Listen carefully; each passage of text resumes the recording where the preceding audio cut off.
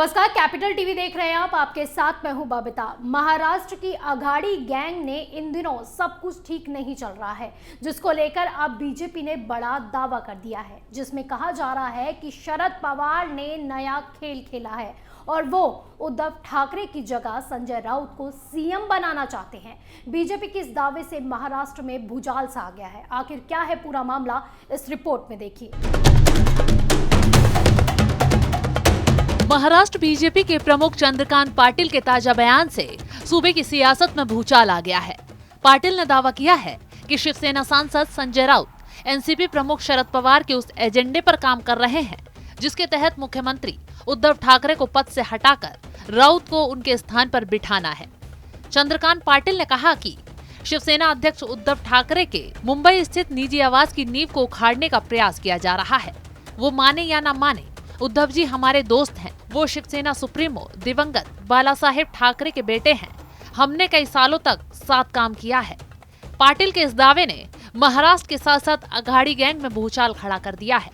चंद्रकांत पाटिल ने उनके साथ संजय राउत को लेकर भी बड़ा बयान दिया और कहा कि संजय राउत हाल ही में शिवसेना में आए हैं और वो किसे पढ़ा रहे हैं। इसके साथ ही पाटिल ने कहा कि हम उद्धव जी से कहना चाहेंगे कि हमारी समझ ये है कि पवार साहब की ओर से दिए गए एजेंडे पर संजय राउत काम कर रहे हैं।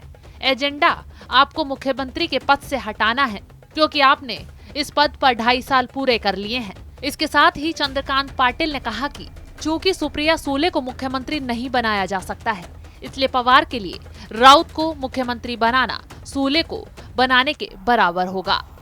चंद्रकांत पाटिल का ये बयान पहला दावा नहीं है। इससे पहले भी वो कई बार उद्धव सरकार की कुर्सी जाने की भविष्यवाणी कर चुके हैं। इससे पहले उन्होंने अघाड़ी सरकार गिरने और जल्द ही बीजेपी की सरकार बनने का भी दावा किया था, जिसके बाद संजय राउत बौखला उठे थे। उन्होंने बीजेपी की इस बात पर आपत्ति भी जताई थी। बता दें कि महाराष्ट्र में 2019 में हुए विधानसभा चुनाव के बाद मुख्यमंत्री पद को लेकर खींचतान हुई थी, जिसके बाद शिवसेना ने अपनी लंबे समय से सहयोगी रही भारतीय जनता पार्टी से संबंध तोड़ लिए थे और एनसीपी कांग्रेस के साथ मिलकर सरकार बनाई थी।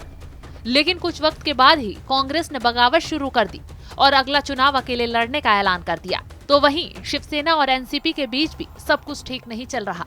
तो ऐसे में अब अघाड़ी सरकार गिरने के पूरे कयास लगाए जा रहे हैं, जिसको लेकर बीजेपी समय समय पर दावा भी कर रही है।